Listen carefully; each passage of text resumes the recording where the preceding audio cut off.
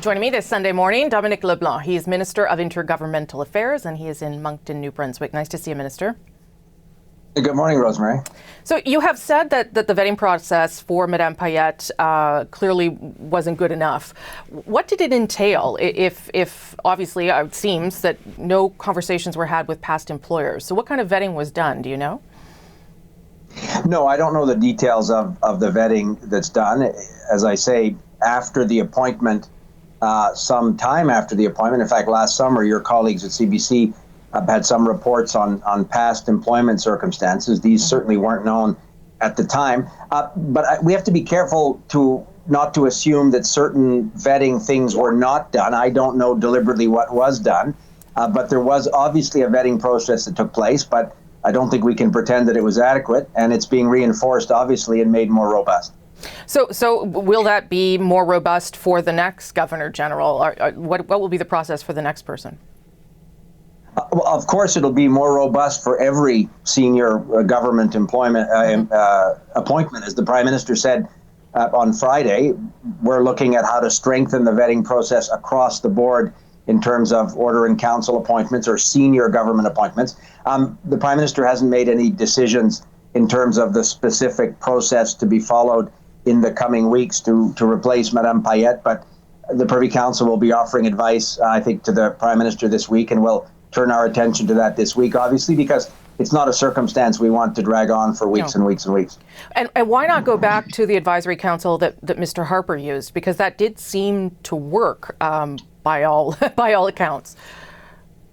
Well, and if the measure was the appointment of David Johnston, you're absolutely right. Yeah. That was clearly a very good appointment. Mr. Johnston served extraordinarily well.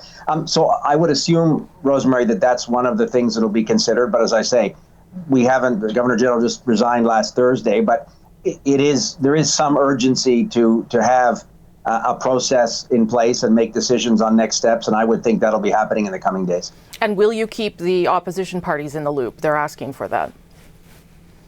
Yeah, again, I would assume that would be part of the considerations the Prime Minister will have this week. Mm-hmm. It is the prerogative of the Prime Minister to recommend to Her Majesty the best candidate. So we obviously take that very seriously, and we'll obviously ensure that we find the best possible Canadian to fulfill that job. But we're open to considering a process that obviously is inclusive, but produces the best possible recommendation for the Queen.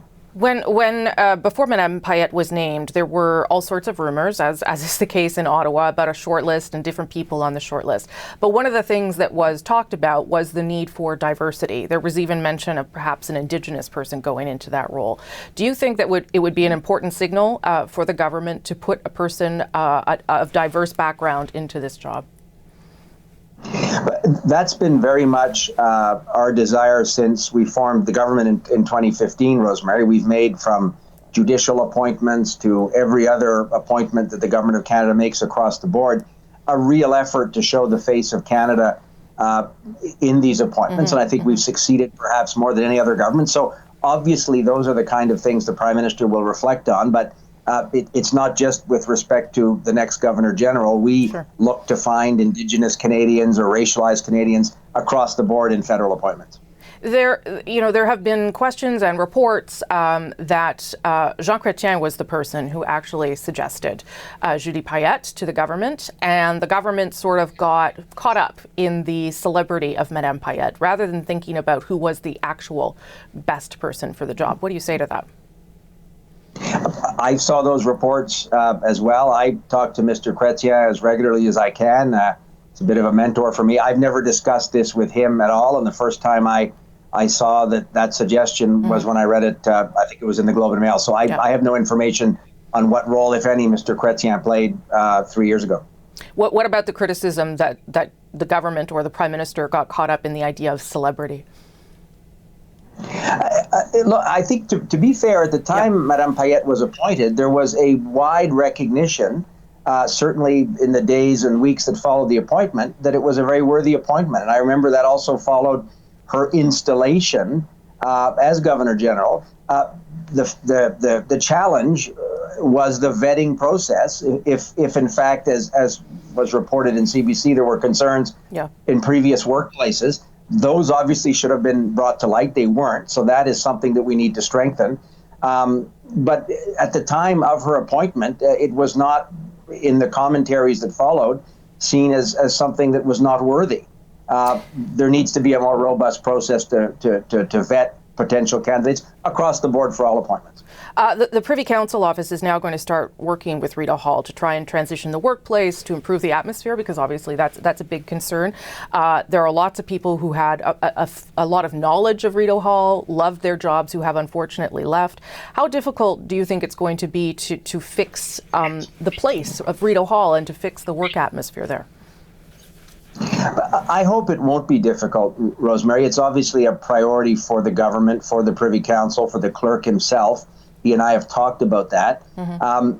I had an experience when my father had the honor of serving in that job 25 years ago to meet many of the people that work there. They are extraordinary Canadians. They're wonderful people.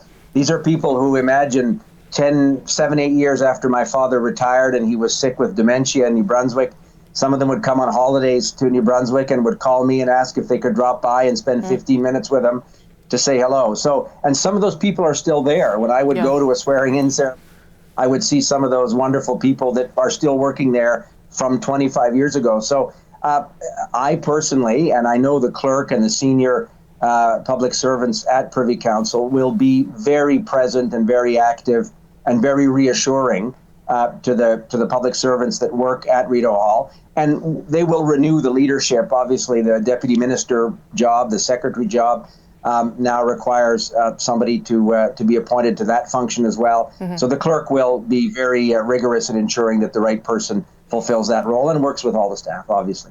Okay. Dominic, LeBlanc, thank you for your time this morning. I appreciate it. Well, Rosemary, thank you very much. Have a great day. You too.